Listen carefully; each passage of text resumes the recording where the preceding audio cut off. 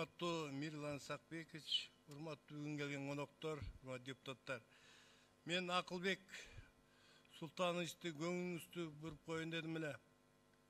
Мына бул сиздер азыр стат отчет берип атпайсыңарбы?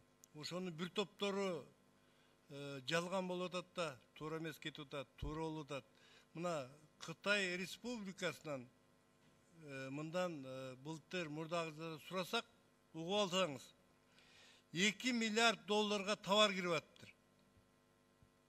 Акылбек Султанович, анан биздин республикага киргенде 1 миллиард доллар болуп калып атат. Бул каякта калып атат? Шуну жооп берип коесузбу? Рахмат.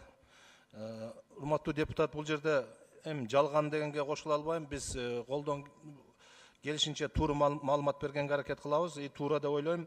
Сиз айткан маселе боюнча бул жерде эки мамлекеттин ортосунда эки методология менен иштешет да. Мисалы үчүн Кыргызстанда бир методология, Кытайдыкы башка методология, өзүнүн методологиясы менен иштейт. Бул жерде мындай болот да, биз келген жүктөрдү, бизге импорт болуп келаткан жүктөрдү биз килограмм менен, тонна менен алабыз, эсептейт бизде таможня. Биз бул отчетубузду таможнядан алабыз, азыр сиз айтып аткан цифрлар боюнча. Анан Кытайда болсо буну штучный же болбосо единица изменения деп туруп, ар бирин өзүнчө эсептеп туруп, ушул жерден эки түрдүү цифра чыгып калып атат.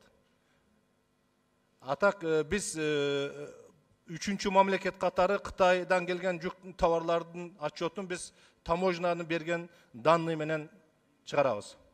Рахмат. Анда Кытайдан берген таможня менен Кыргызстандын таможняны эки башка турбайбы? 1 миллиард доллар деген сөз 700 миллиард сом деген сөз. Же болсо тактап айтсак, бул 700 миллиард сомго биз 1000 мектеп курсак болот да, 70 миллиондон. Бул эбегейсиз акча. Себеби муну деген карап көрүп, сиз айткан методикаңыз, методологияңызды карап, биртке бир 20% айырма чыкса дагы, ошондо 1 миллиард эмес, 800 миллион долларга ашып кетип атат. Шуну карап берсеңиз, через таможня аркылуу эсептесеңиз, эсептеп карап көрүп, анан ушу мага өзүңүз отчет түрүндө жазып берсеңиз, письменный виде карайлы. Бул абдан чоң маселе.